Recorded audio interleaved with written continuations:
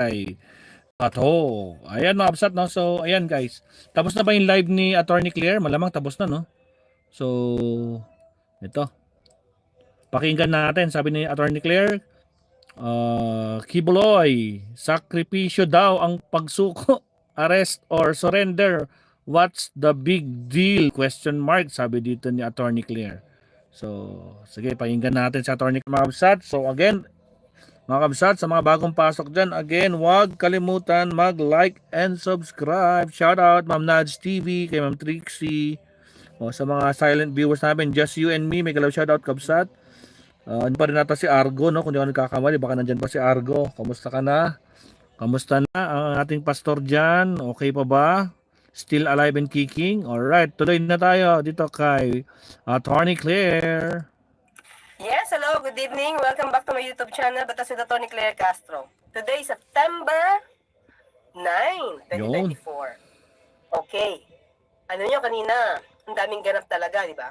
Wala pa ako sounds? Meron na ako sounds? Meron na, Attorney. Okay ba? Okay, all good. Sound check. Sound check. Wala pa? Meron. Paki-check po kung ako ay may audio. All good, Attorney, all good. Meron na? Okay, good. Thank you. So, ayan. Thank you, Leviton. Okay, Brenda, thank you. Okay, so pag-usapan natin kasi ay yung balita na yung gustong naratibo ng mga nasa poder ni Pastor Kibuloy. Okay?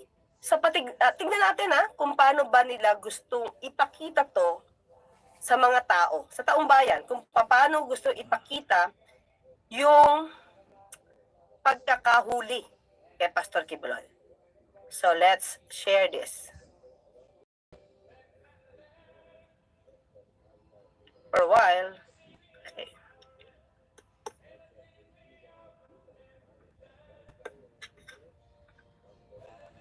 Ayan, no? My God. Nakita naman si pangalan nito. Fugitive televangelist Kibuloy surrendered to authorities is considered a quote sacrifice as he does not want supposed lawless violence to continue inside the Kingdom of Jesus Christ compound in Davao City. According to the state lawyer Israelito Torion. Kibuloy and 4 of his subordinates surrendered to authorities on Sunday, September 8, following the 24-hour ultimatum issued by the Philippine National Police, which has been trying to serve the standing warrants of arrest for his sect leader and his aides over child abuse and human trafficking charges. In a statement, Torion says Kibuloy wanted to surrender to stop the supposed lawless violence and the sufferings the KJC members have been experiencing during the police raid. According to Torion, Kibuloy was out of reach for days since he was waiting for positive results on legal remedies that his lawyers availed. But Torion says the pastor's heart bled as sect members faced what he described as brutalities. Torion emphasizes Kibuloy made what he called the ultimate sacrifice by surrendering even as the evangelist had the right to await the results of the legal remedies availed by his lawyers. Earlier, another lawyer of Kibuloy disputed the claim of Interior Secretary Benner Abalos that the sect leader was arrested. Attorney Ferdinand Topacio said Kibuloy voluntarily surrendered to the AFP. He then called Abalos Epal, the Filipino slang for attention grabber, for allegedly taking credit for the supposed arrest. The Philippine National Police said Kibuloy, along with Ingrid Canada, Crescente Canada, Jacqueline Roy, and Silvia Semañez, now under their custody after the police gave a 24-hour ultimatum on September 8. Some 2,000 police officers stormed the KC compound on August 24 to search for Kibuloy in an attempt to serve his arrest warrant. President Bongbong Marcos maintained there are no human rights violations in the KJC compound raid. Kibuloy and his 5 co-accused faced child abuse cases before the Davao City Court. Pauline Canada has been under the custody of authorities since July. Likewise, Kibuloy has standing arrest warrants for human trafficking issued by a PAS. Okay? Okay. Very clear, no? Mga ka-clear. Ang gusto ng palabasin dito, sumuko, nag-surrender itong si Pastor Kibuloy sa gobyerno. Pero syempre, hindi sa tropa ni General Torre. At dahil daw sa di umanong nakikita niya ng mga brutality, diba? Kaya siya ay nagsakripisyo at siya ay sumuko. Dapat noon pa, diba? kung talaga nagsakripisyo, di ba? Meron din kasi ako mga ka-clear, isang supporter ni Pastor Kibuloy. Ang naratibo niya is ganito. Hindi daw, may usapan daw kasi ang AFP kay Pastor Kibuloy. At sa kanila susuko. At ang sabi pa niya, nakita daw, galing daw itong si Pastor Kibuloy sa Prayer Mountain. So ito, sinasabi niya, itong supporter ni Pastor Kibuloy, lumalabas sa kwento niya na hindi sa KOJC compound nakita. Ito si Pastor Kibuloy. Pero ang tanong natin, kasi ang dami niya mga sinasabi, sigurado ako, sabi niya, sigurado ako na nakipag-usap si Pastor Kibuloy. Pero ito wala akong personal na knowledge, sabi niya. Malamang ganito. Diba parang, paano mo naman papaniwalaan? Kwento. Kung sinasabi mong sigurado ka na may usapan ng AFP, pero ang sabi mo lang is malamang. From sigurado word hanggang sa malamang may usapan sila. So, parang hirap paniwalaan. Diba? Even if, sabihin natin, diba? Kung kanino man siya sumuko, hindi yun tatawag na voluntary surrender. Kaya kung bakit ito kailangan i-discuss, kasi may legal implication dito. Hindi mo basta-basta pwedeng sabihin na sumuko ka kasi sukol ka na. Hindi yun matatawag na voluntary surrender. Diba? Wala ka lang kasing magawa kasi kinuwento ni General Torre, diba, na ready na sila eh. Mas marami siyang tinawag na sa troop, no? Yung kanyang troop, sa SWAT, may ISAF, may SAF, may SWAT, talagang full blast. Diba? Naka full battle gear, at alam ko may dala ng sinabi na may armas na sila, at ready na sila. At gagawin niya yon sa terms nila, at hindi sa terms ng mga miyembro ng KOJC. Yan. So, sige nga, mga ka-clear, pakinggan nga natin ang kwento nitong si General Torre. Sige, Okay. go. O yan.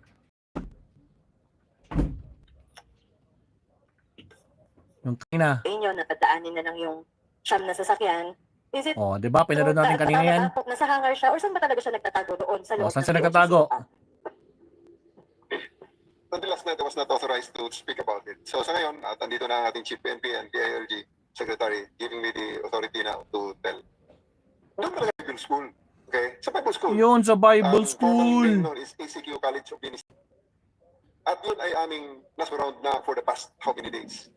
Pangatlong hearing, sa Senate hearing ng Friday, pinakita ko na yung floor plan kasi ayaw nga kaming bigyan ng OBO ng Davao City. Building official for whatever reason. Hindi ko na question. So ayaw nilang ipakita. So lahat kasi ng mga rooms ng mga buildings, first day inikot namin, ikot. Kasi hindi kami makakuha ng floor plan. So ikot. Punta sa aming operational matters na to. Ganun lang gagawin din naman namin sa future to pag nagkataon. Na, pili na namin.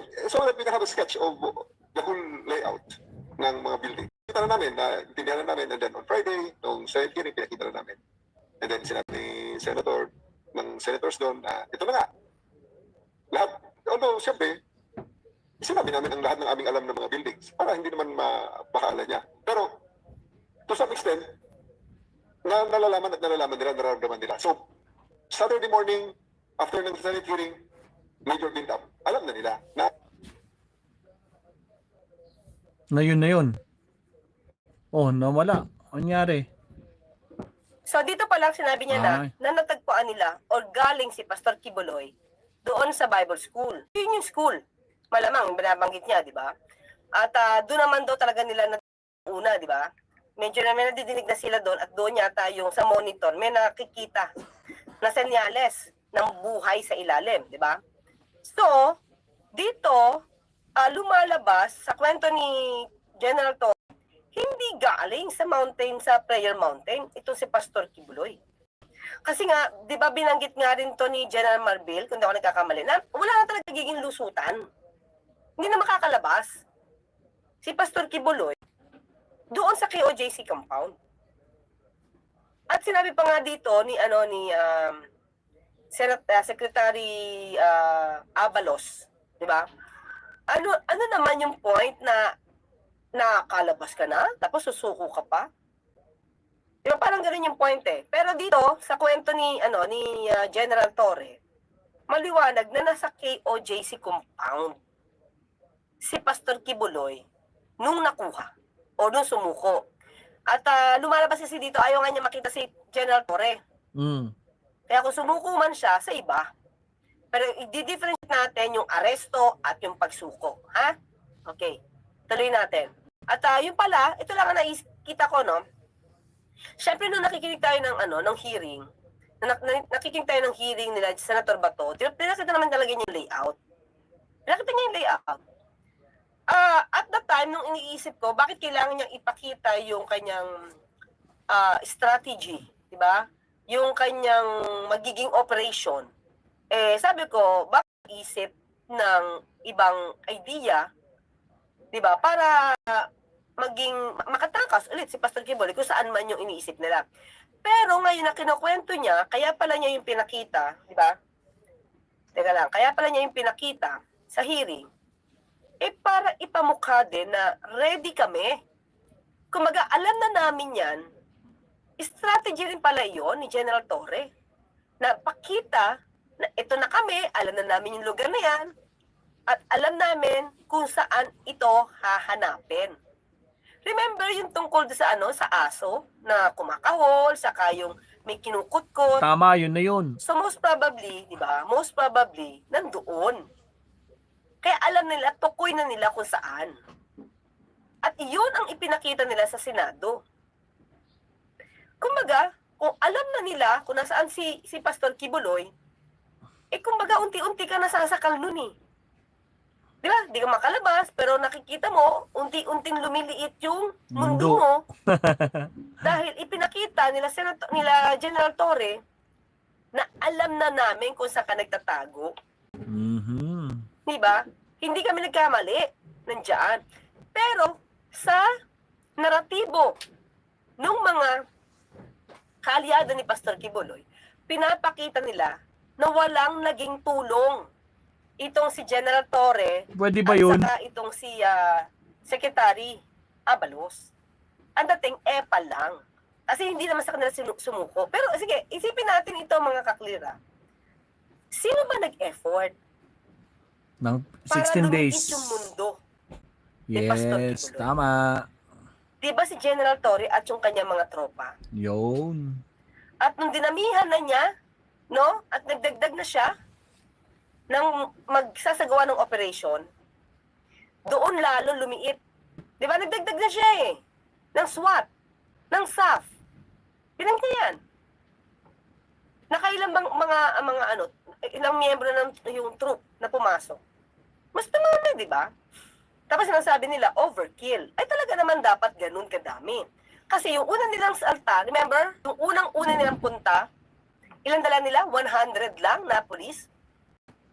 Walang nagawa. Diba? Binomba lang sila ng tubig.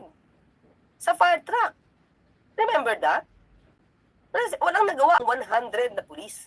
Sa una nilang salta. Kaya pinagplanuhan to kung paano. Pero syempre, tiniyak muna nila kung si Pastor Kibuloy nandoon. Yun ang nangyari doon. Diba? Alam na ni General Torre, minanman na to. Minanman na to. Diba? So, kaya yung mga tropa, lagi nag-checkpoint, strategy din to para hindi pwedeng lumabas si Pastor kasi may police na dyan. Nag-checkpoint kami. Di ba? Pwedeng ganun eh. At nandito kami sa harapan. Ewan ko lang, sa likod ng airport. Di ba? Sa likod, yung entrance niya papuntang airport, hindi natin alam kung paano. O paano sila nakikipag-coordinate doon. Pero sa entrance, may hirapan talaga. Di ba? Hindi na makakalabas doon. Dahil nga, pinalibutan nila yon at doon, hinanggit ko na kagabi, doon nagalit si Mayor Baste. Kasi nga, magkakaroon daw ng anxiety yung mga miyembro ng KOJC. So, okay. Tuloy natin, ha? For a while. Sukol na sila doon sa College of Ministry. So, pinaligiran namin at siniguro namin kung na makalabas. Dapat ang assault is 1 o'clock nung Saturday. Yan. But dinifer namin in deference to the bar. May klase kasi may bar ops kasi ang gypsy. Sige sir, pagbigyan kita, sabi ko sa abogado. Next morning, sabi ko, nakita na nila, nagtatanong bakit ang daming polis. O, ito na. Meron kaming naka-recording. Narinig nila yon. Mga taga-KOGC, hahanapin namin si Pastor Kibuloy our way. Because for this, it's always your way. O sabi sa amin dito sa Senate hearing, lahat ng pasok ay hindi dapat na walang armas. So armado, SWAT, SAF ang ilalagay namin. So I placed all the Yon. Pansinin niyo mga ka-clear, ah. Sabi ko nga, yung hearing, hindi ba parang mas nakpalakas pa ng loob dito kay General Torre? Kasi di ba sabi niya, parang inalaw sila na merong armas at inalaw pa nga sila ni Senator Bato na bakit Maghukay. hindi niya yan binumbutas. Ba't din niya hinukay? So, Tama. mas lalong nagkaroon siya ng leeway, di ba? Para gampanan yung kanyang trabaho. Kaya yung pagsisik ng protection ng KOJC kay Senator Bato, isa tatlo, tama naman yun. Kaya lang kasi lumalabas pagkakatotohanan kasi, lalabas at lalabas yung katotohanan. Di ba? Wala naman nakitang mali na ginagawa sila General Torre. Oo. Diba? Nagbutas sila. Ang tanong nga sa akin dito mga ka-UB, mga ka-clear, paano yung binutas? Diba? Kasi may mga kaso na sinampa. At included doon si si dating Pangulong Duterte. Nag-file ng malicious mischief. Diba? So mamaya pag-usapan natin yung malicious mischief, tapusin lang natin ito ha. Kasi Sige. pag-usapan natin dito, surrender o aresto. Okay? 500 SWAT, 500 staff on that building, and 500 RMFB SWAT in the GMC. Simultaneous. So, nakita nila yung build up na yun eh. So, alas 10, nakarinig na kami ng fillers. So, tumawag ng National Headquarters dahil high level ang nagiging fillers ang negotiations. So, sige sir, i-hold ko hanggang alauna, ang alauna pa na assault is hold natin hanggang alas 10. So, yun. Other sets of things transpired sa negotiations na until na makarating na nga ang aeroplano, pinsakay namin sa aeroplano, pinulipad pa ng Manila. Natapos ang in the middle of all those things, talagang may duda rin kami na baka kami ay being taken for a ride. Dahil una, yung mga other circumstances na parang hindi pa confirmed. Like, schedule ng aeroplano, nasaan ng aeroplano, mga ganon. Every time, makikita nyo sa mga videos, sa mga feeds ng mga independent media, kasi nagpapasok na ng independent media for the first time ang KOJC. Dahil alam nila, hindi na kaya ng SMNI ang kanilang propaganda, at ito ay totohanan na, magkakasakitan pa nagkataon. So, pumasok ang independent, makikita nyo na alas 3, 2:45 actually, tumayo na lahat, ready for assault.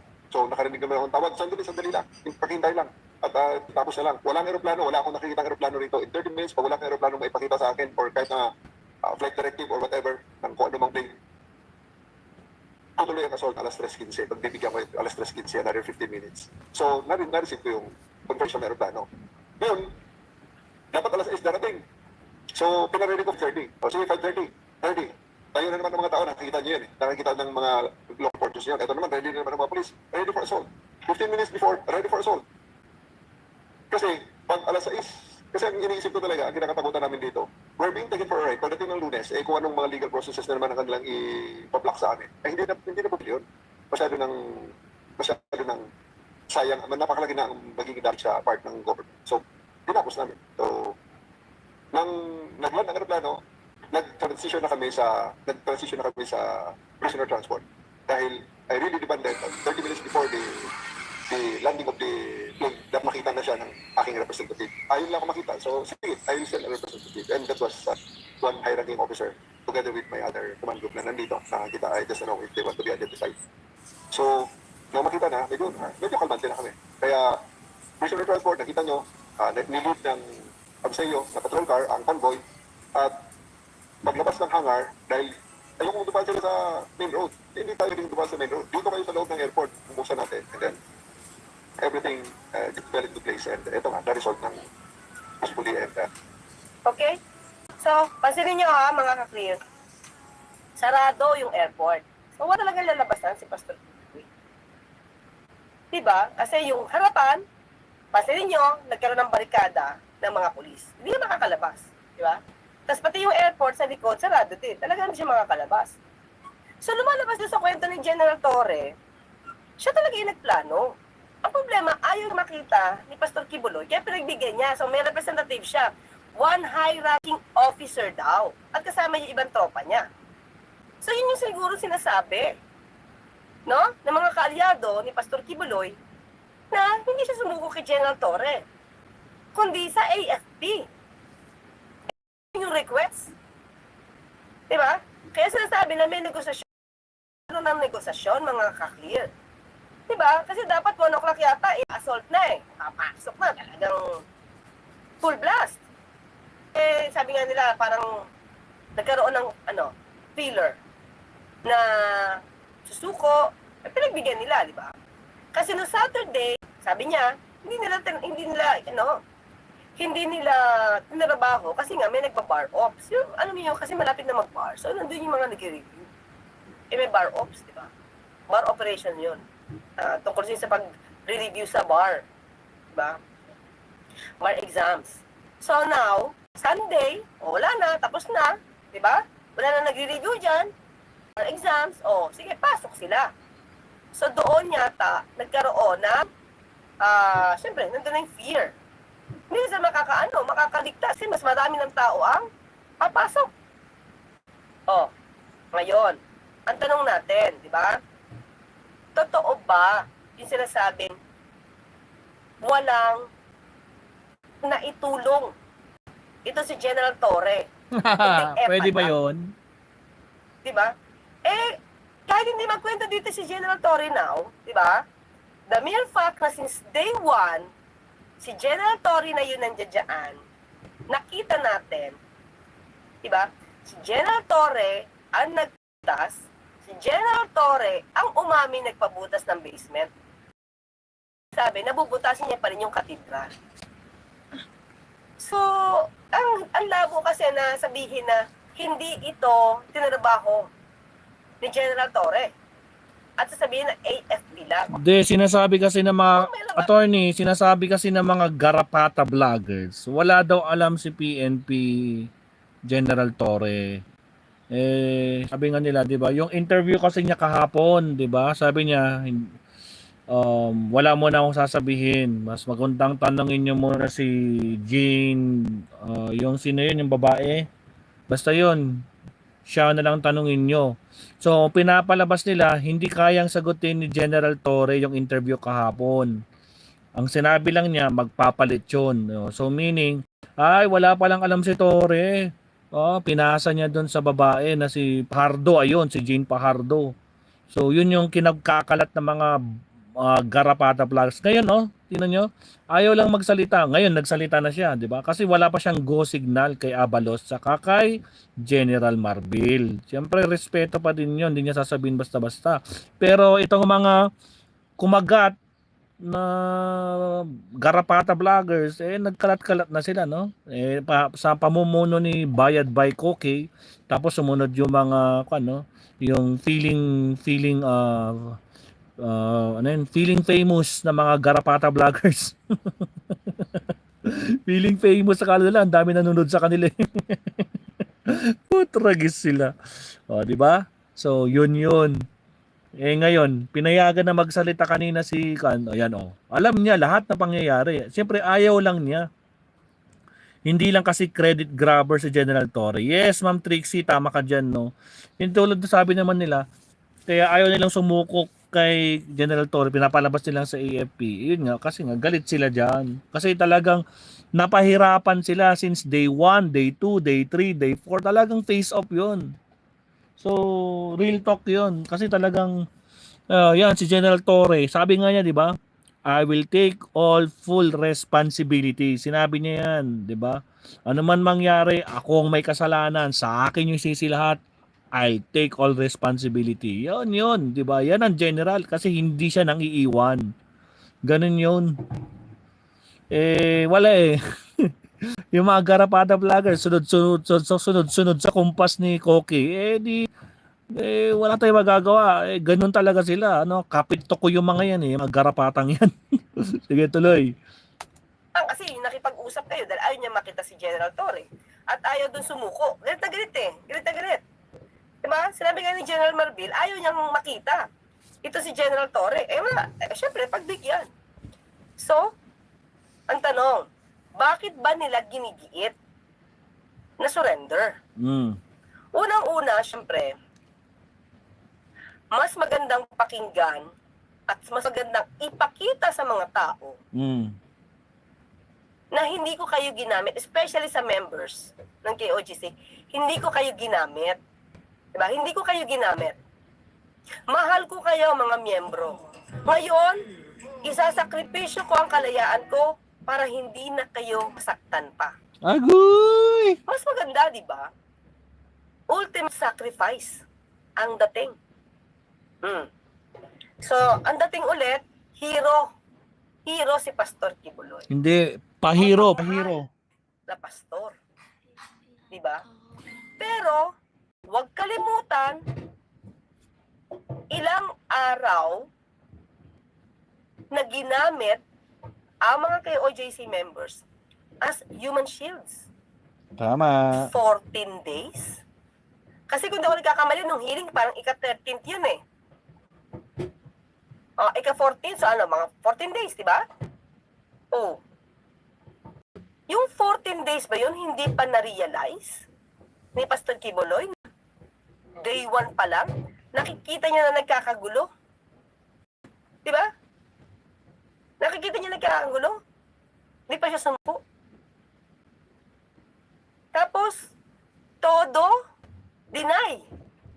Di ba? Yung kanyang mga lawyer niya, mga supporters niya, nawala dun si Pastor Kibuloy. Oh, lalayo pa ba tayo? Of course. General Bato, ano sabi niya? Yung monitor, yung heartbeat. Ano sabi niya? Baka palaka lang yun. Oh. Sumunod. Ulitin natin. VP Sara. Wala dyan malamang si Pastor Kibuloy. Nasa langit na. Masarap bang pakinggan? Diba? From the supporters ni Pastor Kibuloy na yan ang madidinig mo. Na hindi mo alam kung nanloloko, nang uuyam, nang aasar. Diba? At nililigaw ang PNP. Oh. Tandaan natin, kahit yung NBI, kumilos. Pero hindi ba sila initially nanligaw din ng info? Oh. Diba? Di natin dapat kalimutan na bananggit ni NBI Region 11 Director Archie Albao na wala siya nakita na Pastor Kibuloy at ibang mga akusado sa loob ng KOJC compound. Sa loob ng 1.5 oras. So ano ngayon ang masasabi ng NBI Region 11 Archie Albao? Diba? Hindi ba yun kahiya-hiya? Hindi ba yun lumalabas na meron silang kinakampihan?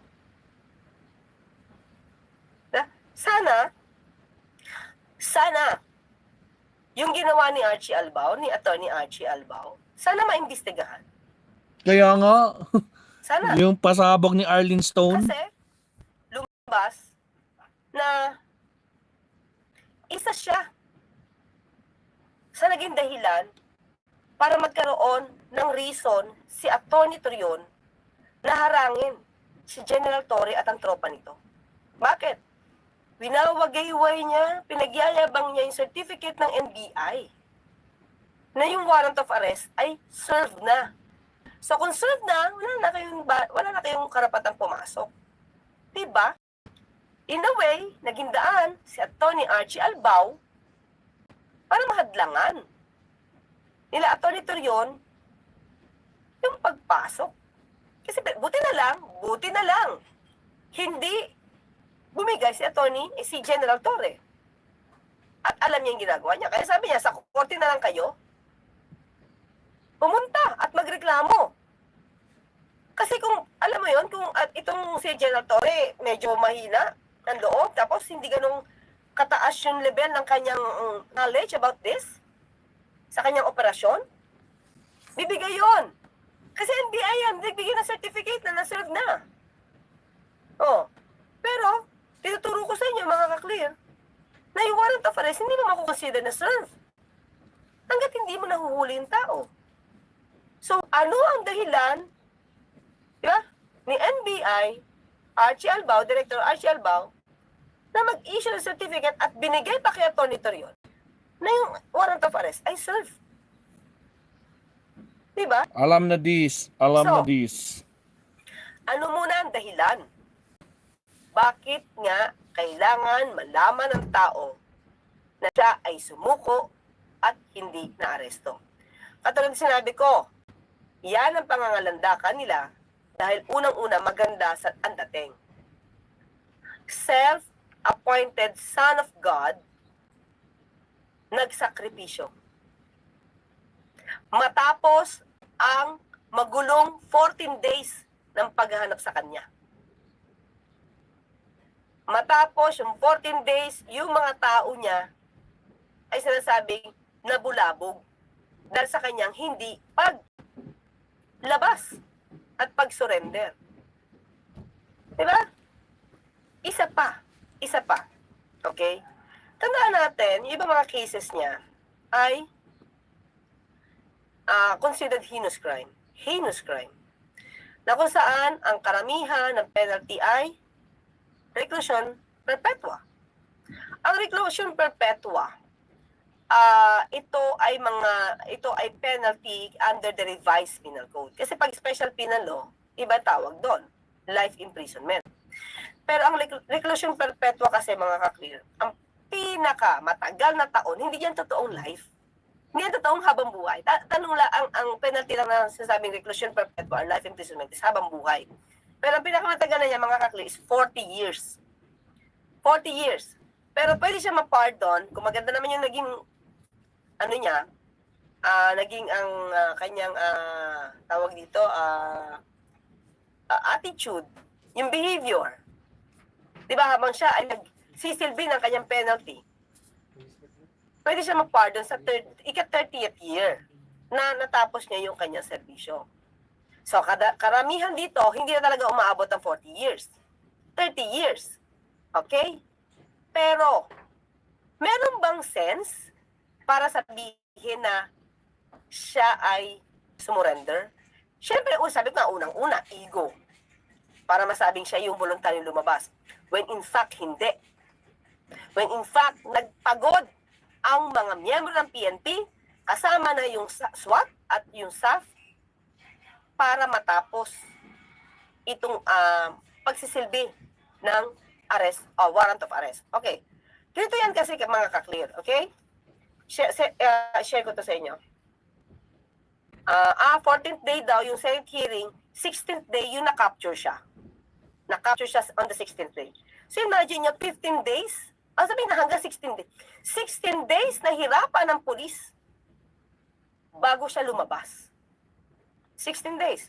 Okay, so share ko to sa inyo ha. Ano ba ang importance kung bakit kailangan natin malaman kung surrender or captured. Okay? Punta natin to. Okay.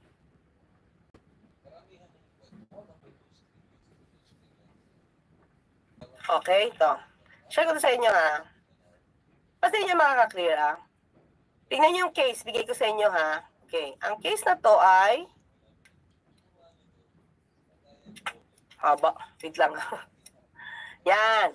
Ang case yan ay People versus Juanillo Manzano. Resor Juanillo Manzano. Ayun pala, puro siya pala.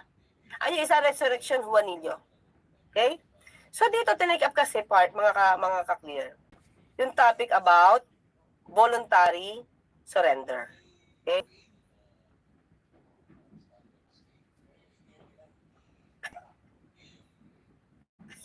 Kasi, itong voluntary surrender, matatawag ito na, yan, matatawag itong mitigating circumstance. Okay? Under the revised penal code. Sa pag-mitigating circumstance siya, at na-prove mo, na na-avail mo o nagawa mo yung mitigating circumstance, yung penalty mo, bumababa. Nababawasan. Okay? So, katulad dito, kay People versus Juanillo, ano ba ang sinasabi dito na makukonsider mo na voluntary surrender? Okay? Unang-una, For voluntary surrender, to be appreciated as mitigating circumstance, the following elements must be present. Number one, the accused has not been actually arrested. O at the time, hindi pa naman siya na-aresto, di ba? Sumuko siya. Sabi niya. Ngayon, the accused surrenders himself to a person in authority or latter's agent. Okay, AFP. The surrender is voluntary. Yan yon. Makukonsider ba natin na yung pag-surrender niya ay voluntary? Hindi. Bakit? Yung. Lakihan natin. Yan. Bakit hindi voluntary? 16 days ang lumagpas bago siya lumabas eh. Kung hindi pa sinabi at nagbigay ng ultimatum, kung hindi siya lalabas at alam na kung nasaan siya, magkakaroon ng assault. Diba? Kung magsusug na sila. So there's fear na mahuhuli na siya. So the surrender is not voluntary. Okay? Ang sabi dito, the essence of voluntary surrender is spontaneity. And the intent of the accused to give himself up and submit himself to the authorities either because he acknowledges his guilt or he wishes to save the authorities the trouble and says that may be incurred for his search and capture. Hindi nangyari yan. Diba?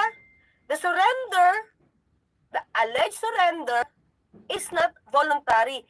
Actually, mga ka-clear, hindi tamang word ang gamitin, hindi tama ang surrender na gamitin ng mga kampo ni Pastor Kibuloy. Ayun. Ang tamang word na dapat gamitin, lumabas.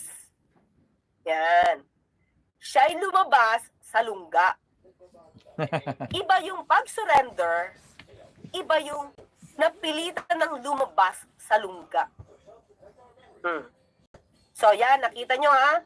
According to our revised penal code, ang voluntary surrender ay considered mitigating circumstance. Okay? So, wait lang. Ayan, nakita nyo na anong elemento dapat voluntary. At ito, dapat ang paglabas niya, pag-surrender niya ay ang purpose niya is either i-admit niya yung guilt niya or mag-save to save the authorities the trouble and expense that may be incurred by his search and capture. Oh, di naman niya nagawa yon. Ang dami na nagastos ng PNP. Di ba ang sabi nga ni General Torre, kaya nga, di ba, kaya nga kailangan ng tapusin dahil lumalaki ang expenses ng gobyerno. Oh. So there's no voluntary sa ginawa ni Pastor Kibuloy. Okay.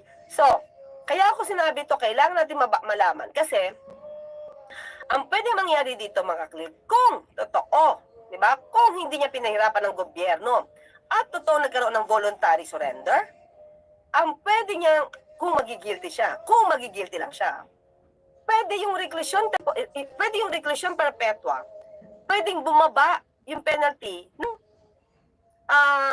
reclusion temporal. Okay? Okay, wait lang pakita ko sa inyo. Okay?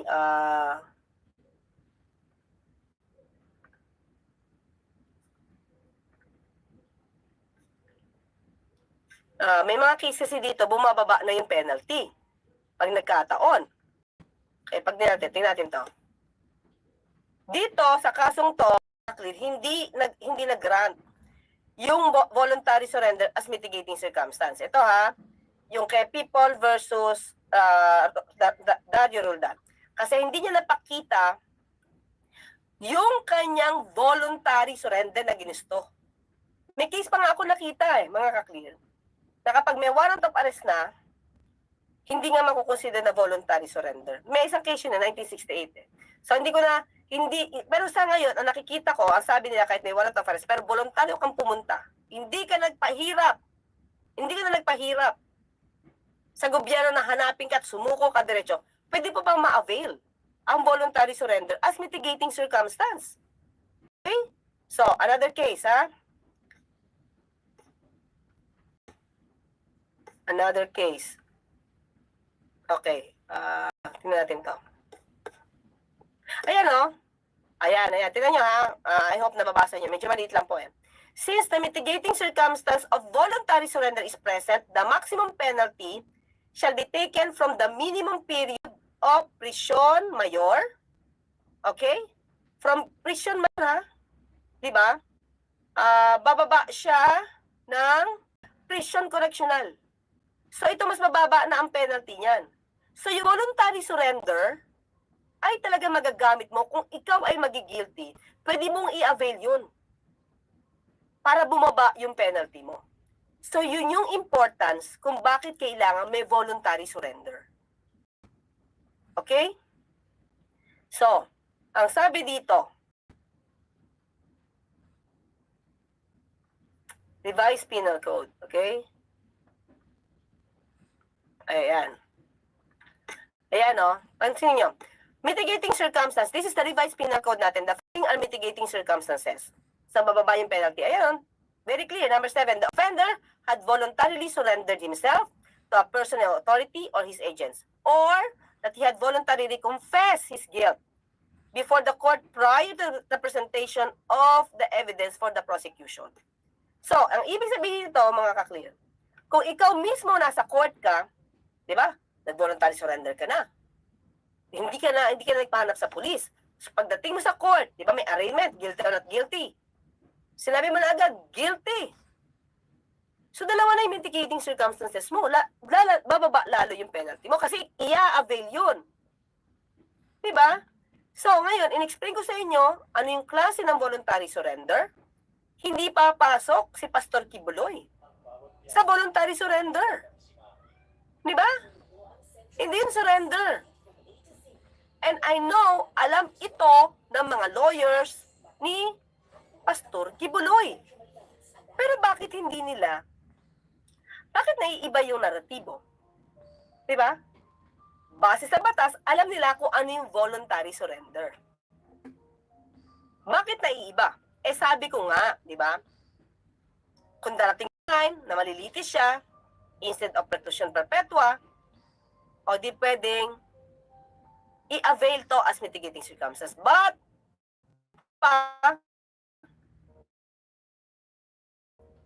parang galit na galit kasi ang kampo ni Pastor Kibuloy, kay Genoa yung trabaho, di ba? Hindi nila ibibigay yung credit kay Pastor, kay General Torre. At maliwanag na yung kaso at yung kaso ng pag-aaresto eh dapat ibigay yung pagod, 'di ba? Yung pagod at yung credit dapat kay General Torre at sa mga tropa niya. 'Di ba? So ngayon, maliban diyan, 'di ba? Pakita natin ano ba ang kinaso. Oh, ano natin masasabi may voluntary surrender? Kung yung mga tao mismo to prevent these people, to prevent Torre, Abalos, to continue, di ba? With the task of serving the warrant of arrest and to arrest Pastor Kibuloy. Ano mga kinaso nila? Sige, puntahan natin, ha? Okay.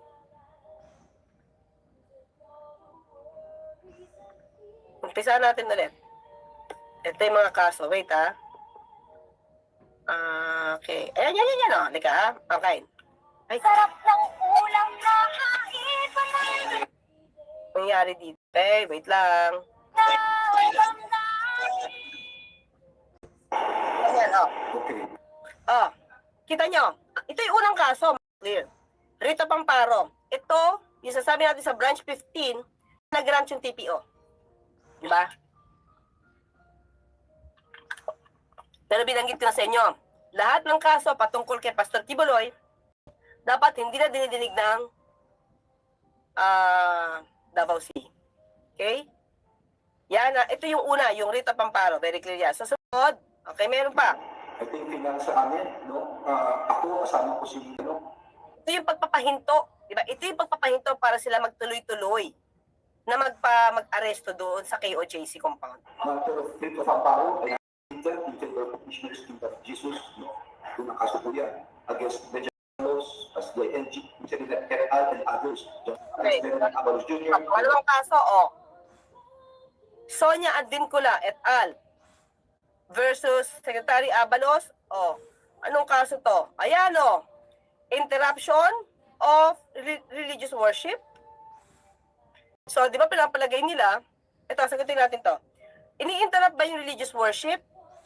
Kung tutusin, may valid na ground ang mga PNP na pumunta doon. Di ba? Violation of domicile. Para bang yung katahimikan namin, ginugulo mo. Pero, sabi nga natin, pagsabayin na natin to, Article 128 and 132. Kahit taong simbahan. Ito, dagdagan na pala natin. 133, offending religious feelings.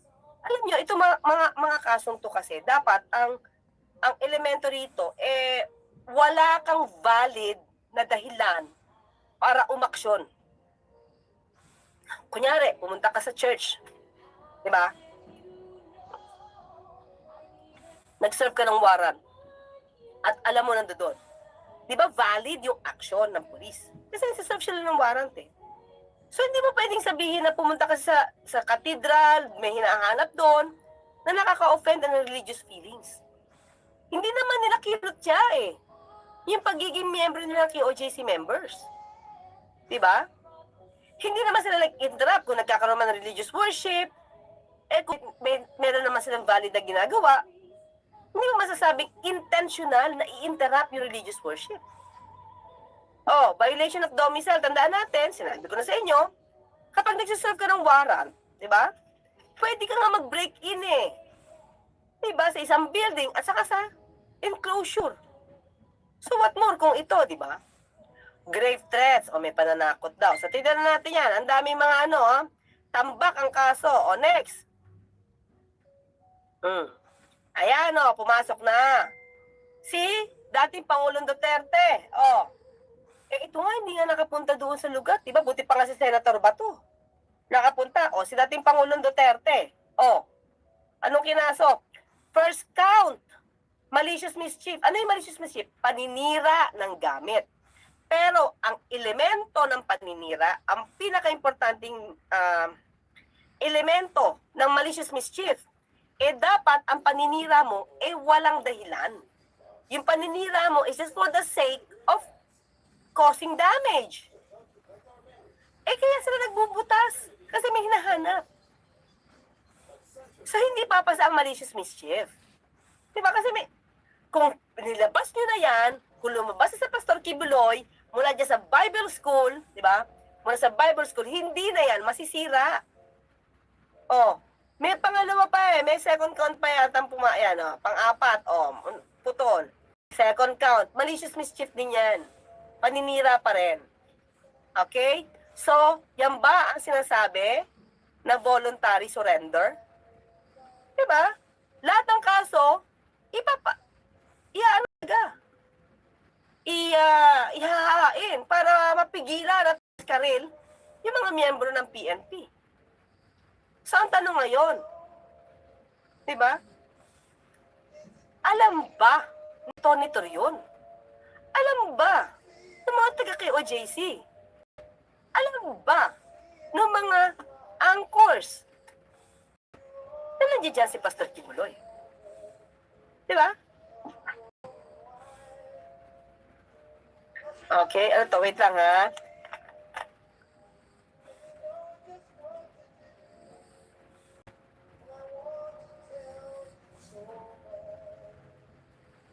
Okay, ano daw?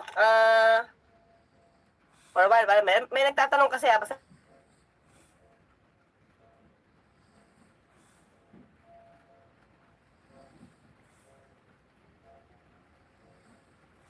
Well, kanina nga, kasi may nagtatanong kasi dito, mula kay Paradise Marjun, Paradise Marjun. Okay, yun kasi yung pinag natin kanina mitigating circumstance. Pero kasi yung mitigating circumstance, mga clear, panghuli na lang yan eh. Panghuli nilang gagamiting depensa yan. Bumaba yung penalty. Kasi ang tingin kong una nilang depensa dyan is siyempre i-deny nila. Diba? I-deny nila na ginawa yun ni Pastor. Kasi pag inamin nila yan at i-avail lang nila yung voluntary surrender, yung sabihin guilty, diba? Paano pa yung kaso sa US? Halos pareho. So kung nagawa niya yun sa Pilipinas, yun din yung malamang ginawa niya sa ano, 'di ba? Sa Amerika. Meron kasi ako naging ganitong klaseng kaso, mga ka-clear, 'di ba? It's bigamy eh. Bigamy. Ina-avail niya na may warrant daw, may warrant of arrest siya, tapos nag-bail siya agad. May nabasa kasi ako, kaya hindi tinatulan ko yon kasi gusto niya nang umamin at i-avail niya yung mitigating circumstance. Kasi pag hindi siya umamin at kumpleto kami ng records na may bigamous marriage siya, lalabas kasi na more than 6 years yung penalty. So pag more than 6 years ang penalty, mga ka-clear, hindi na siya mapaprobation. So pag di siya na probation, diretso yung kulong. Diba? Kasi pag normally kapag first time offender ka at wala pang more than 6 years yung penalty mo, 6 years lang, pwede ka mag-probation. Diba? Para bang first time offender, pero mag-report ka sa probation officer, pero guilty ka na nun. So, pag hindi mo na nilaban yun, pwede mong i-avail. Ay, teka lang. Ito sabi niya, aamin ako, i-avail ko yung mga mitigating circumstances ko. Umamin ako sa court, tapos may voluntary surrender ako. So, yun yung gusto niya kasi aamin na lang siya, pero at the time, not guilty siya eh. Aamin ako, sa kanan ko, isa yun eh, bilang yun. At saka sumuko ako. So, bababa ang ngayon yung penalty. Pero pag ginamit ni Pastor Kibuloy ito, di ba? Pag ginamit ni Pastor Kibuloy ito, ibig sabihin na aamin siya. Di ba? Kasi i-avail niya para ma-mitigate yung penalty eh. It's either na-guilty na siya or umamin siya. So, in-explain ko na sa inyo to because sa mundo ng lawyers, ito yung term na voluntary surrender. Kaya, for Atty. Torion to claim na may surrender, hindi siya tama sa term ng voluntary surrender ayon sa batas natin. Ayon sa jurisprudence natin. So, mali yun. Okay? Kaya ang tamang term na ginamit dapat dito, diba? Nila Atty. Torion, lumabas. Lumabas na. So, hindi ito matatawag na surrender, kundi captured talaga. Kasi sukol na eh. Wala na magagawa. Diba? Ang gusto mo, makita ka pa na sa bunker ka? Gugustuhin mo pa ba yun? So, at least pag lumabas ka, pwede ka pang gumawa ng ibang naratibo. Sumurrender ako. Diba? Sumurrender ako, hindi sa'yo. Kaya voluntaryo to. Kaya alam naman natin, diba? So, kaya kung nigay sa inyo itong legal term na to for you to know na hindi tama ang gawa. Pero, sa mga ordinaryong tao na aamin, di ba? At hindi nila pinahirapan yung pulis tulad nito, yung mitigating, yung voluntary surrender, pwedeng magamit to lessen the penalty. Okay? So, yun. Now, so, ano na ang pwedeng gawin? Diba? Sabi ko nga, ang dapat na lang gawin dito, gandahan na lang ni Pastor Kibuloy yung depensa niya. Kasi marami kaso. Pero ang sabi nga, istatapusin yata dito mo yung kaso at saka siya dadalhin sa US kung may extradition. Pero nadinig ko before, kumaga sabay. Ano din doon, meron ditong kaso, parallel. Allowed yun. Okay? So, wag tayo masyadong pabulag sa mga terms na ginagamit about the surrender. Hindi siya surrender. Lumabas sa lungga. Kumbaga para bang sukol, tapos kumbaga bobombahin na lang yun ng tubig, para gawin makalabas, ay wag na, ayoko nang bombahin ako ng tubig, so naglalabas na lang ako. Parang ganun yung dating. Diba? There's no way out. So, hindi, labas. Labas sa lungga. No way out, so, he has to go out. Ganun yung dating.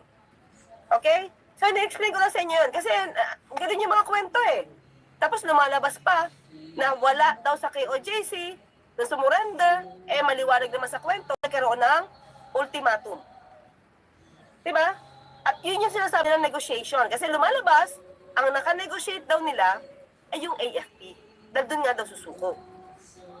Diba? Okay? Oh, parang high level. Diba? Yung posisyon kung saan sila susuko. When in fact, without General Torre, without his troop, hindi susuko. Yung itsura na yon na dinidinay pa nila, di ba nga nasa langit na? Ang hirap namang habulin sa langit ni Pastor Kibuloy kung nasa langit na yun. Di ba? So, sa akin lang, paano ito? Ito mga opisyal na to, na gustong ligawin, iligaw ang PNP. Ano kaya yung nasa damdamin nila ngayon? Di ba? Ano kaya ang nasa damdamin ngayon ni Senator Bato? Ano kaya nasa damdamin ngayon ni Senator Robin? Ano kaya nasa damdamin ni Senator Bongo? And VP Sara? Isa naman na natin Mayor Baste. Tahimik eh. Di ba? Sana nga, kung ako lang, sabi ko, sana sinuko mo na yan. Talagang sakripisyo padating mo. At baka yung house arrest o hospital arrest, hindi ka mahirapan kunin. Kasi kung ako ang nasa gobyerno, at magre-request siya ng house arrest, hospital arrest, I will not grant that. I will not grant. Diba? At sabi ko nga kanina sa UB, hindi ko hahayaan na may sariling doktor yan to prove na may sakit siya. Kailangan isang neutral na doktor from the government na hindi kayang madoktor ang dokumento. Diba? Pusong-uso kasi yan, lalo na pag nakukulong, may sakit na, naka-neck brace na, naka-wheelchair na, dapat hindi hayaan yan. Walang special treatment dapat. Okay? So, even if, sabihin na natin, dahil sinabi ko sa inyo, hindi yan sumuko, lumabas lang yan sa lungga. Even if, sumuko sa AFP, instead of PNP, binanggit naman ni binanggit naman ni General Torre na meron siyang representative dahil ayaw siyang tignan, ayaw siyang makita. So, anong big deal? Ilang araw lang bang hiniram or humingi ng tulong ang PNP sa AFP on the 16th day? Pero the whole journey, no? The whole situation ng paghahanap, search kay Pastor Kibuloy, lahat yan PNP. The whole operation. Tapos sabihin, wala na siyang nagawa. Epal-epal na lang. Galit lang sila kasi. Kasi hindi nila nabraso si General Torre. Kahit si Senator Bongo, si Senator Bato, si Senator Padilla, hindi nila nabraso. Pinipilit brasuhin si General Torre. Pero napakagalang sumagot ni General Torre at nakatayo pa. Hindi siya umuupo. Yun yung respect. So, paano mong pagagalitan niya? Actually, pinapagalitan nga paminsan-minsan ni General Bato eh. Diba? Pinapagalitan nga eh. Pinapagalitan. Pero diba, nakikita mo hindi kinakampihan eh. Pero hindi natigatig si General Torre. Tuloy. Tuloy pa rin. Ang sabi niya, pero mas malakas ang pagbabalik ni General Torre. At yun ang pinatunayan niya nung Sunday. Mas malakas, mas matapang, mas mabangis. Kasi nakita niya, nabasa niya, kung saan gumawi, kung saan papunta yung usapan sa Senate hearing. At yun ang nagpabigay sa kanya, lalo ng lakas ng loob para gawin kung ano yung binabalak niya. At nung pinakita niya, strategy pala yun, ni General Bato, na pinakita niya, alam na namin yan, sukul na namin yan. Kaya nung Sunday, nagdala siya ng maraming puwersa, doon na lumabas, halungga ang nagtatago sa bunker. Okay. Maraming salamat kay Rudy Ila. Salamat po. Gigi Collins, watching from Vancouver. Salamat po. Uy, si Top 1 Alpha, thank you. Salamat. Si Subas Balasubas, thank you. Good job sa PNP. Siyempre, bigyan na rin natin, of course, tumulong din ng AFP, yung SAF, at saka daw yung SWAT. So, thank you so much sa inyong lahat, at sa inyo rin po. Okay? And of course, okay, ito. Sabi ni Andrew Viernes, talagang hindi natutulog ang Diyos kasi yun mga nagsasabi na wala si Kibuloy sa loob ng KOJC ay napahiya. Oo nga, pahiya. Paano kaya natin sila matatanong? Akala ko nasa langit na. At akala ko, Senator Bator, palaka. Diba? Paano yan? Tao pala yun. Totoo pala. Diba? Oh, ay, may nagtanong. Kung nasa langit na doon si Pastor Kibuloy, bakit bumaba pa siya para sumurrender? Nasa langit na siya. Diba? Ano ba? Nako, brains. Where are you? Ganon. Okay? Napatunayan ni General Torre na tama siya. O yun nga, di ba? Pinagmamalaki niya, tama ako. Tama kami. Diba? Okay. So, Regino. Ayan, kanina audio kasi akala ko walang tunog eh. Okay, Ella Marie Lopez. Days Who. Salamat Malu. Renceline. Eugene RN. Ito. Ano to? Tony watching from BVI. Ano yung BVI? Ha? Ano siya? Ay, si Tomasito. Hello, Tomasito. Okay. Nakakamiss ito si Tomasito eh. Ito, ginagawa lang ano eh. Divisory ang biyahe eh. Linda de la Peña. Thank you. Okay? Si Allen. Gamit. Okay? Mga clue, yung ibang mga message, hindi ko nababasa kasi sabi ko, ginagamit ko tong, dapat may isa pa tayong monitor eh, para mabasa. Ano naman, uy, ito ha, may sinabi kasi, di ba may condition daw kasi, didagdag ko lang ha, sinabi ng mga na-supporter ni Pastor Kibuloy, tagumpay daw si Pastor Kibuloy kasi yung gusto niya nakuha. Di ba, na hindi siya susuko sa US. Teka, di ba ang condition mo, pipirma si PBBM ng written declaration? Tagumpay ba sila doon? Wala naman pinirma si PBBM Diba? Ayoko sabihin na they're telling lies, diba? Pero, parang iba kasi yung kwento nila sa nakikita natin. Bakit sasabihin tagumpay sila? Okay, siguro, ito. Ang basa ko. Tagumpay sila kasi, tahimik na yung KOJC kasi lumabas na si Pastor Kibuloy na hindi ginagawa ng matagal na araw. Ilang buwan na wala. Diba? Tagumpay sila kasi siguro nagdasal sila na lumabas na rin si Pastor. Kailangan siyang lumabas kasi nagugulo sila dun. O dun, tagumpay talaga sila kasi kailangan lumabas nasukul na eh. O, dun baka dun sila nagpasalamat, diba? Kailangan sila mag-celebrate dahil si Pastor ay lumabas na at wala na silang kailangang itago.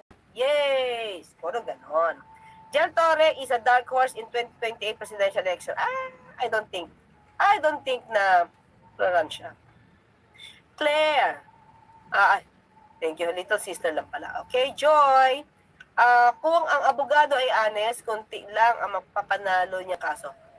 Ang mapapanalo niyang kaso. Ay, hindi naman. Alam mo ang honest, ito yan mga kaklirin. May mga pagkakataon na hindi, ikaw na lawyer, hindi mo kailangan magsinungaling. Pero, mapapanalo mo ang kaso nang hindi mo naman lahat nilalabas ang baraha mo. Pero hindi ka nagsisinungaling. You just have to know paano mo didepensahan yung kliyente mo na hindi ka nagsisinungaling. At pwede ka manalo doon. Diba? Ito, example lang. Check bouncing checks. Alam ko nag-bounce yung check ng kliyente ko. Halimbawa, alam ko, the problem is the technical. Bakit? Hindi nagpadala yung kalaban ng demand letter at hindi natanggap ng kliyente ko personally. Kasi natanggap. Tapos nagdemanda agad yung complainant, yung nautangan na hindi nagbayad. Diba? Kasi nag-bounce yung checks eh. That's a defense. Diba? Honest ka, ginamit mo lang yung tamang depensa, pero mapapa-acquit mo yung kliyente mo. Diba? Mapapa-acquit mo yung kliyente mo. Walang sala yun. Kasi requirement yun sa law.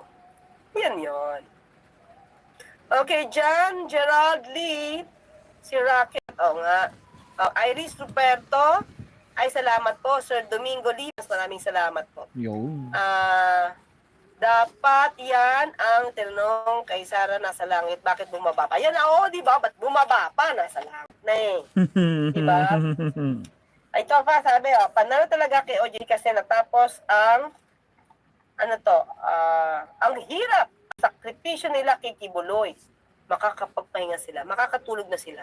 Shout out, Ma'am Kat Kaya Kat. tagumpay. Good evening, Atty. Claire. Salamat naman ng panood din kita ng live. Salamat po. From Hong Kong, Shani Albeda. Okay, mali si Bato. Tama si Torre. Ay, salamat po, Sir Mac Lazo. Ato, Techinker. Nasa langit na daw si Kibuloy. Nasa mansion siya ng Diamond and Doorknob. Wow, talaga, Diamond. Lakas. Maraming salamat, Tony, sa pagpapaliwanag. Mariano Mayo, salamat. Richard Labaw. Attorney Claire, may possibility po ba na ituloy nila yung paghalugog sa bunker kahit nahuli na si Max Exciting para sa Hindi na. luma ng bunker? Okay, ganito yan.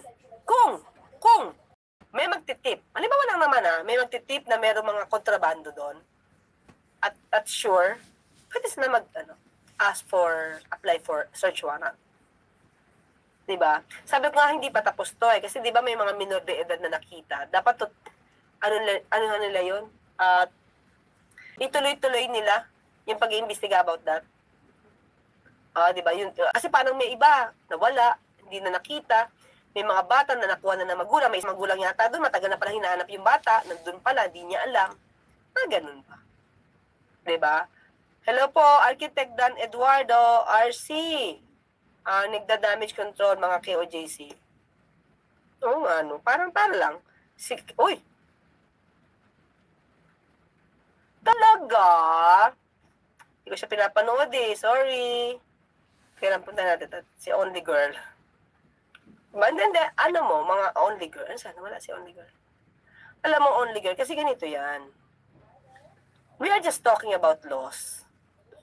So, kung babanatan nila ako, if ever, kung sino man sila, whoever they are, kung babanatan nila ako, situate dapat sa batas. Huwag nila akong banatan ng sasabihin nila, case, mga tipong ganon, diba? Tapos may mga ad hominem na mura, walang ganon. Kung i-discuss nila itong dinidiscuss ko, batas tayo. Diba? Hindi kasi ako pumapatol hindi ko napapanood ng mga yan Kaya, but anyway, thank you, Only Girl. Thank you. Okay? So, clear ito Wag sabihin na yung mga vloggers sikat. Hindi ako yun I mean, hindi yun yung gusto ko. Ang gusto ko, makapag-impart na knowledge. Actually, isang justice, retired justice. Ang isa sa nag-request sa akin, ito si Justice Oscar Herrera. Sabi niya, Attorney Claire, pakidiscuss mo nga ito kasi ito yung sinasabi nila about sa pag-aresto at sa pag-surrender. Sabi ko, okay po, Justice, tama naman kasi yan naman talaga po ang topic ko. Because I have to discuss about the voluntary surrender. Diba? So, para maliwanagan yung mga tao, kasi binabago nababago yung kwento. Diba? Gusto ko mamulat yung mga nagtsasyaga manood sa akin dito. Diba? Pagka kasi, blind followers, may fanatic sa isang tao, hindi nila na makikita kung ano ba yung nasa batas. Kaya ako, dito, natutuwa ako at nandiyan kayo. Kasi kahit paano, lumilinaw yung lumalabo o lumilinaw yung pinapalabo. Diba? So, masaya na ako doon na meron kayong nakukuha. Diba? Para banatan nila ako, if ever babanatan nila ako or ibabash nila ako, situate lang sa batas. Kasi kung mali ako, aaminin ko. Diba? Bigyan lang nila ako ng tamang batas. Diba? Wag nilang baguhin kung ano sinasabi ng batas. Kasi, i-assert ko yung alam ko. Diba? Pero kung babanatan nila yung personalidad na, ayan, lawyer na, BOB, o yan. Ganun sila Sanay sila sa mga ganun, yung mga troll na kapayroll. May mga ganyan mga kapayroll di ba? para lang mabayaran at masira nila yung taong nagmumulat laban doon sa kanilang iniidolo, mga ka-payroll sila. Hindi ko kayo papatulan sa ganyan. Batas tayo. Doon ako papatol. Okay? Okay? Okay. Si CJ Kalinaw, MNL. Attend sana ng birthday ni Mama Mary. September, kailan ba birthday ni Mama Mary? September 8, di ba? Kaso nasukol. Oo nga, tama-tama, birthday ni Mama Mary. Okay? Sick Beats Crew JJ, TBH, nakakaawa yung ibang member ng KOJC kasi akala nila totoo yung pinaniwalaan nila ng Diyos. Well, hindi ko sila masisisi, alam yun, kasi sabi nga natin, part of religion yan, freedom of religion, kung anong gusto nila na paniwalaan. Pero sabi naman sa atin, di ba, dapat ituro natin kung ano yung tama na daan. Pero syempre, ako hindi naman ako expert kung ano yung ituturo kong daan. Basta ako, Christian ako. Di ba? Christian ako. So, kung meron sila pininiwalaan, hindi ko sila masisisi. Pero, ang mali lang kasi, I will not question about the faith. Iko-question ko lang yung hindi nila pagsunod sa batas. Yung pag-ignore nila doon sa warrant of arrest. Just to save Pastor Kibuloy. Hindi na yun ng faith. Di ba? Kasi may obligasyon sila, kahit sila ay relihiyoso, o meron silang sinusunod na faith o paniniwala, obligasyon pa rin nilang sumunod sa sinasabi ng batas. Di ba? Hindi yan tinatawag na maling-mali ang concept ni Senator Robin patungkol sa separation of state and church. So, kapag in-order ang church, mag-in-order ang court, at ito ay ayon sa batas, kahit anong relihiyon ka pa, kailangan sumunod. Kailangan sumunod. Meron na mga exception dito eh. Halimbawa yung Muslim. Meron na halimbawa, meron sila mga tradition na pwedeng hindi angkop sa batas natin, pero since tradition nila yon at customs nila yon, pwede yun. Halimbawa, ito di ba sa atin, Christian, kapag nag-asawa ka ng dalawa, bigamous marriage yun. Di ba? Pero since Muslim sila, at halimbawa nakapag-asawa sila ng 4, yung mga lalaki allowed yun. Pero syempre may mga condition yun. Dapat kaya mo mag-provide. Diba? Tapos yung alam ko pagkakaalam ko, yung mga asawa dapat allowed. Diba? Allowed yung pagkakaroon mo ng another wife. So, kung sa ating batas, bigamous marriage or polygamous marriages yun. Diba? So, ang lalabas sa kanila, hindi yun bawal.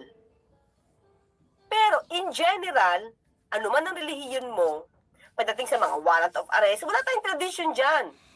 Wala tayong ibang customs na pina-follow dyan. Kundi batas talaga. Pag may warrant of arrest ka, Muslim ka man, Katoliko ka man, Christian ka man, KOJC member ka man, kailangan mo sundin yun. Hindi mo pwedeng sapakin yung sheriff dun. Kapag may court order, kahit mayor ka pa, kahit presidente ka pa, kailangan mo sumunod sa court order. Hindi pwedeng brasuhan. Yun yung sinasabi natin, di ba? Okay? So sabi nga nila, religion and politics don't mix well. Pero, kailangan natin sumunod Kasi pag di tayo sumunod sa batas, mga ka-clear, magulo ang mundo. Katulad niyan. Di ba? Hindi sumunod. Nagtago. Magulo dun. Yun Di ba? We are a government of laws. Government of laws, not of men. Kailangan tayo, kahit meron tayong karapatan, kailangan tayo, may corresponding obligation yan. Corresponding obligation. Hindi pwede kung ano nang gusto mo, karapatan mo. Hindi mo karapatan magtago. Wala kang karapatan magtago pag may warrant of arrest. Okay? So, sino to? From Nevada. Thank you, Jesus Villamor. Thank you po. So, paano? 10:42 na. So maraming Yun. maraming salamat. Umabot na tayo ng 6,000 live views. And of course, sa Ay, aking mga wow, sana all. Molds, Addictus Rex, Pinoy Bro Media, Maylin, Maria Nanale, Reviton, Denzir, Rocket, Lemon, Shiro Kanzaki, Takumi, sino pa ba? Si Critical Thinking, si Kadama sa Jordan, si Tatay G's, si Angela Gonzaga, all walks of life. Ayan, maraming salamat. Okay? Journey to Understanding. Jerry, thank you so much. So, paano? Ay, taga na, baka may nakalimutan tayo dito. Wait lang ha. May humahabol. Okay, Day, Manik, Velasquez, salute. Opo, salute sa kanya. Maximo Dakaya, thank you. Roquela Langkay. Si Epic Allen, please discuss the legality of building a private residence underground. Is this subject to laws? Underground. Depende po kung may building permit at hindi makikasira sa ibang mga structure sa paligid-ligid. Okay? Legality of building a private residence underground. Pwede po, basta po dapat pasok yan at alam ng Office of the Building Official ng local. MGN Vision, oy, ingat sa pagbiyahe ha, MGN. Hanggang bukas, magkita at magkarinigan tayo. Ako po sa Tony Claire Castro, papalalang, huwag tulugan ang inyong karapatan. Bye! Yun, salamat po. Right, sino pa yung mga naiwan sa atin? Siyempre, nandyan si Ma'am Kat. Ayan, salamat attorney. So, wait. Yun, Yung nagpugante, mga nasa Facebook o yung mga nanonood sa Facebook, kabsat. nakilala nyo, Sino pakisabi to? sa kanila na wala yung Facebook ngayon para may problema yung Ay, kanino yan? access ng app dun sa Facebook. So, Okay na yan, wag na. Blow by blow nangyari sa paghuli kay Pastor Kiboloy. Sa kano yan si Attorney Libayan. So, ayun mga kabsat, no. So, congratulations ulit sa ating PNP na talagang nagpagod. Di ba mga kabsat, na 16 days nagtiis sila dyan, no. Wala may phone, manang kat-kat. Sabi naman ni Angelica Uni, Santa Maria. Si Kwanto si Ma'am, ano ang pangalan nito? Yung mga kasama natin na si, ano ang pangalan niya? Kalimutan ko na. Tapos ayun. Pero anyway mga kabsat, no? So, again, yung naparod nating press con ng PNP. So, ayun. Pero nakakagulat bakit nakaganon si si Pastor. Naka full gear, no? Parang ayaw madapuan ng lamok. Ayun, na dengue ba yun? So, ayan mga kapsat. So, anyway, hope. Tapos yung pati mugshot nila naka-blurred, di ba? Talagang, first time na, blurred nila. Kalain nyo. Samantalang yung iba, na, kung mahirap, nakalabas yung mga muka. Mga tragis. Tapos ito na yung mga ayaw ko kasi minsan kasi nakikita ko nagla-live yung mga kasama ko na mga DDS talaga na kaibigan ko pa naman basta kinakamusta ko sila, kamusta na kahit nakalab sila, pero tuloy pa rin sila sa ginagawa nila kahit alam nilang sa paninindigan nila, sige tuloy pa din kahit alam nilang mali. Kaya minsan kino-correct ko na lang, pero minsan tinayaan ko na lang kasi baka nasasaktan sila.